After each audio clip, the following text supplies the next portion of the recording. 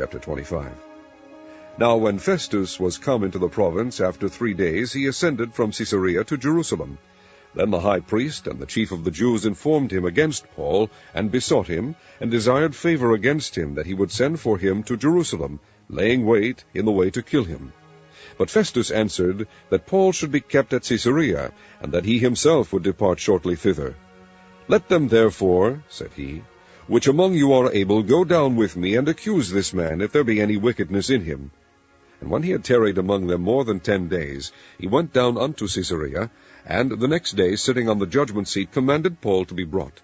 And when he was come, the Jews which came down from Jerusalem stood round about, and laid many and grievous complaints against Paul, which they could not prove. While he answered for himself, Neither against the law of the Jews, neither against the temple, nor yet against Caesar have I offended anything at all. But Festus, willing to do the Jews a pleasure, answered Paul, and said, Wilt thou go up to Jerusalem, and there be judged of these things before me? Then said Paul, I stand at Caesar's judgment seat, where I ought to be judged. To the Jews have I done no wrong, as thou very well knowest.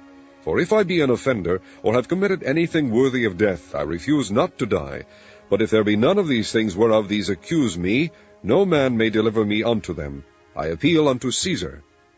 Then Festus, when he had conferred with the council, answered, Hast thou appealed unto Caesar?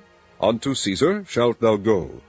And after certain days King Agrippa and Bernice came unto Caesarea to salute Festus. And when they had been there many days, Festus declared Paul's cause unto the king, saying, There is a certain man left in bonds by Felix, about whom, when I was at Jerusalem, the chief priests and the elders of the Jews informed me, desiring to have judgment against him. To whom I answered, It is not the manner of the Romans to deliver any man to die, before that he which is accused have the accusers face to face, and have license to answer for himself concerning the crime laid against him. Therefore, when they were come hither, without any delay on the morrow, I sat on the judgment seat, and commanded the man to be brought forth. Against whom, when the accusers stood up, they brought none accusation of such things as I supposed, but had certain questions against him of their own superstition, and of one Jesus, which was dead, whom Paul affirmed to be alive. And because I doubted of such manner of questions, I asked him whether he would go to Jerusalem, and there be judged of these matters. But when Paul had appealed to be reserved unto the hearing of Augustus, I commanded him to be kept till I might send him to Caesar. Then Agrippa said unto Festus, I would also hear the man myself. Tomorrow, said he, thou shalt hear him. And on the morrow, when Agrippa was come, and Bernice, with great pomp, and was entered into the place of hearing with the chief captains and principal men of the city, at Festus' commandment, Paul was brought forth.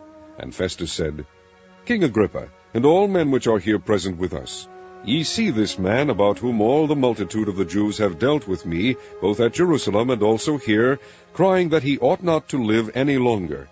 But when I found that he had committed nothing worthy of death, and that he himself hath appealed to Augustus, I have determined to send him, of whom I have no certain thing to write unto my lord, wherefore I have brought him forth before you, and specially before thee, O King Agrippa, that after examination had I might have somewhat to write.